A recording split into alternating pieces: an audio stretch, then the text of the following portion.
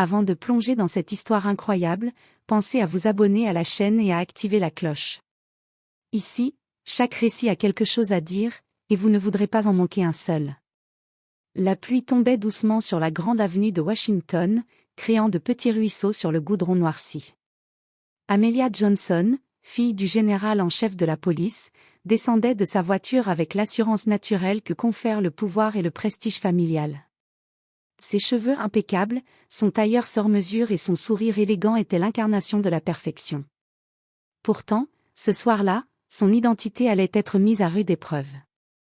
À quelques mètres, un policier blanc, Jake Reynolds, patrouillait, surveillant la circulation.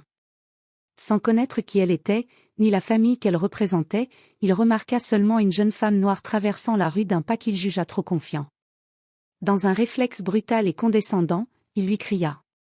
« Hé, arrête-toi !» Amelia, étonnée, s'immobilisa. Le regard de Reynolds était dur, presque accusateur. « Vous ne voyez pas que vous gênez le trafic ?» Elle répondit calmement, sa voix douce mais ferme, « Monsieur, je suis en train de traverser au passage piéton. » Mais le policier, aveuglé par son préjugé, leva la main et l'humilia publiquement, lui imposant une amende et la menaçant de l'embarquer. Les passants observaient la scène, certains choqués, d'autres restant muets par peur. Ce qu'ignorait Jake Reynolds, c'était que la jeune femme qu'il venait de rabaisser n'était pas une inconnue, elle était la fille de l'homme le plus puissant de la police nationale. Et ce simple acte allait déclencher une suite d'événements qui le dépasseraient totalement. Le vent soufflait fort ce soir-là, comme pour annoncer que la justice, d'une manière ou d'une autre, trouverait son chemin. Amelia Johnson rentrait chez elle, encore sous le choc de l'humiliation publique. Chaque pas sur le trottoir semblait résonner comme un écho de la colère et de l'injustice qu'elle venait de subir. Son père, le général Marcus Johnson, avait toujours inculqué à ses enfants le sens de l'honneur et de la discipline, mais ce soir, rien de tout cela ne semblait la protéger. Jake Reynolds, le policier qui l'avait arrêté, était déjà devenu un nom dans ses pensées. Comment un simple fonctionnaire pouvait-il oser traiter ainsi la fille du général en chef de la police ? Elle savait que son père n'approuverait jamais ce genre de comportement, mais elle devait réfléchir avant de réagir. La colère, bien qu'intense, devait être maîtrisée, pour le moment. Chez elle, dans le luxe discret de sa résidence, Amelia s'effondra dans le fauteuil de son bureau. Elle composa le numéro de son meilleur ami, Derek Harris, lieutenant au département de la cybercriminalité.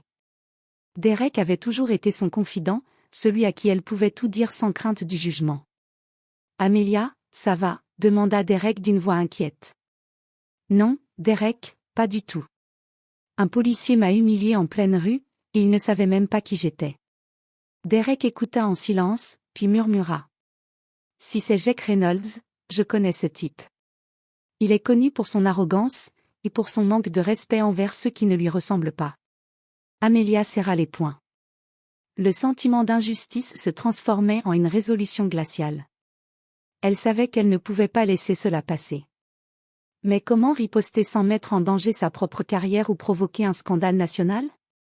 Pendant ce temps, Jake Reynolds, de retour à son poste, riait avec ses collègues, fier d'avoir imposé sa loi. Il ignorait totalement que la jeune femme qu'il venait de rabaisser était la fille de Marcus Johnson. Cette ignorance allait bientôt se transformer en une erreur fatale.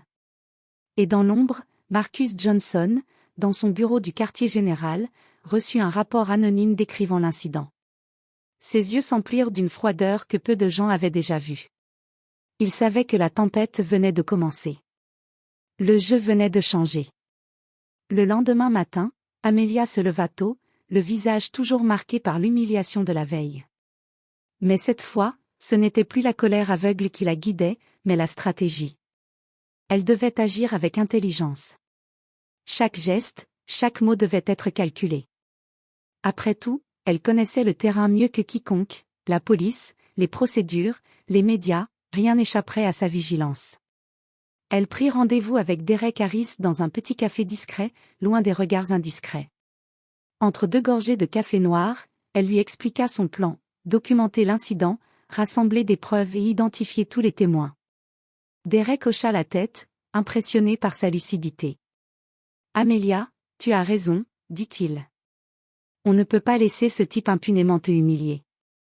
Et surtout, tu dois être sûr que tout est légal. Si ton père s'en mêle directement, ça pourrait devenir un scandale national. Amelia sourit, légèrement amère. C'est exactement pour ça que je dois être prudente. Mais Reynolds, il va regretter ce qu'il a fait. Pendant ce temps, Jake Reynolds poursuivait sa routine sans se douter qu'une tempête se préparait contre lui. Cependant, son insouciance prit fin lorsqu'il reçut un appel du quartier général. Le rapport de l'incident avait été transmis directement au général Marcus Johnson. Le nom d'Amelia, sa fille, et l'identité du policier impliqué étaient clairs. Reynolds, murmura-t-il, soudain pâle. Qu'est-ce que ça veut dire? L'information se propagea rapidement parmi les officiers. Certains riaient nerveusement, d'autres regardaient Jake avec une crainte nouvelle.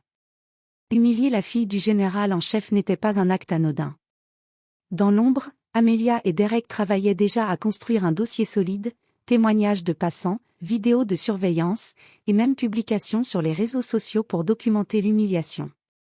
Chaque preuve renforçait leur position. Ce soir-là, dans le bureau de Marcus Johnson, le général contempla le rapport avec un calme glacial. Il ne voulait pas intervenir directement, pas encore. Mais il savait une chose, Reynolds allait bientôt comprendre que son arrogance venait de toucher quelqu'un de puissant. Et pour Jake, l'ombre d'une rétribution qu'il n'avait jamais imaginée commençait à s'approcher. Le piège se refermait doucement. Jake Reynolds passa la matinée dans un état d'inquiétude inhabituel. Chaque appel, chaque message semblait peser sur lui comme un rappel constant de son erreur. Ses collègues, auparavant admiratifs ou indifférents, chuchotaient désormais derrière son dos. L'incident avec Amelia Johnson avait déjà commencé à circuler, et il comprit que sa réputation était en jeu. Amelia, de son côté, avançait méthodiquement. Avec Derek, elle avait rassemblé tous les éléments nécessaires, vidéos de surveillance, témoignages écrits, capture d'écran des discussions en ligne et même un enregistrement audio du ton humiliant de Reynolds. Rien n'avait été laissé au hasard. Elle savait que pour que justice soit faite, elle devait frapper avec précision.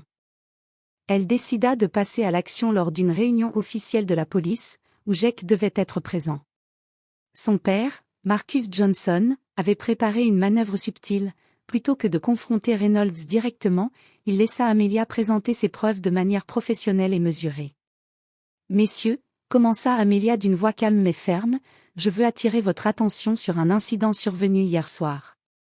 Ce n'est pas seulement une question personnelle, mais un manquement aux principes fondamentaux de notre institution. » Elle projeta les vidéos et documents, chacun montrant sans ambiguïté l'attitude humiliante de Jake Reynolds envers elle, une citoyenne respectueuse, plus important encore, la fille du général. Le silence tomba dans la salle. Les regards des supérieurs, des collègues et des journalistes présents se tournèrent vers Reynolds, dont la confiance avait disparu comme neige au soleil. « Jake Reynolds, » dit Amelia, « vos actions sont inacceptables et ne reflètent pas les valeurs que nous représentons. Je vous invite à rendre des comptes et à accepter les conséquences de vos actes. » La tension était palpable. Reynolds, qui avait toujours été sûr de lui, se sentit vulnérable, comme exposé devant tout le monde. Pour la première fois, il comprit que son comportement avait dépassé le simple cadre d'une altercation personnelle, il avait offensé la loi morale et hiérarchique. Le général Marcus Johnson, silencieux jusqu'à présent, prit enfin la parole. « Ce que vous avez fait, Reynolds, est une violation grave. Vous devrez répondre devant le comité disciplinaire. Je n'ai jamais permis qu'un comportement raciste et humiliant reste impuni. » Jake ne put que baisser les yeux. La colère et la peur se mélangeaient en lui. Il savait qu'il venait de toucher quelqu'un de plus puissant que lui, et que la partie n'était plus personnelle, mais institutionnelle. Ce jour-là, Amelia avait remporté sa première victoire. Mais elle savait que ce n'était que le début. La justice était en marche, et Reynolds allait découvrir que sous le calme et la retenue, elle détenait une détermination implacable. Le vent avait tourné, et la tempête que Jake avait provoquée lui retombait maintenant dessus. Quelques jours après la confrontation, le comité disciplinaire se réunit pour examiner le comportement de Jake Reynolds. Amelia, toujours calme mais déterminée, présenta une dernière fois les preuves qu'elle avait méticuleusement rassemblées. Chaque témoignage, chaque vidéo montrait non seulement l'humiliation qu'elle avait subie, mais également le manque de professionnalisme et le préjugé racial dont Reynolds avait fait preuve. Les visages des membres du comité étaient impassibles, mais l'atmosphère était lourde de tension. Le silence pesant fut finalement brisé par la voix du général Marcus Johnson. Les preuves sont accablantes. Reynolds, vous êtes relevé de vos fonctions et soumis à une suspension immédiate. Votre comportement n'a pas seulement porté atteinte à une citoyenne, mais a entaché l'intégrité de notre institution. Jake, terrifié et humilié, sentit le poids de ses erreurs s'effondrer sur lui. Les murmures des collègues et des médias amplifiaient encore sa honte. Il avait cru que son autorité lui permettait tout, mais il comprit trop tard que le pouvoir devait s'accompagner de responsabilité et de respect. Amelia, quant à elle, sentit une vague de soulagement et de triomphe intérieur. Elle n'avait pas seulement défendu son honneur, mais aussi affirmé que personne, peu importe sa position, ne pouvait se permettre de rabaisser ou humilier quelqu'un en raison de sa couleur de peau. Le soir même, elle retrouva Derek pour partager la victoire. « C'est fait », dit-elle en souriant, « mais ce n'est pas seulement pour moi. C'est pour tous ceux qui subissent ce genre d'injustice. » Derek hocha la tête, admiratif. « Tu as transformé la colère en force et la douleur en justice.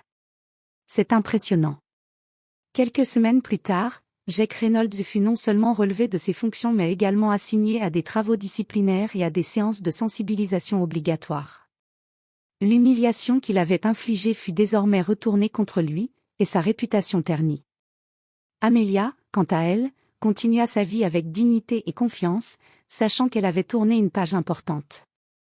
Elle comprit que la véritable force ne résidait pas dans le pouvoir ou l'autorité, mais dans la maîtrise de soi et la capacité à transformer l'injustice en action positive. Et ainsi, la fille du général en chef de la police avait montré à tous que la justice, même lente et méthodique, finit toujours par frapper ceux qui l'ignorent.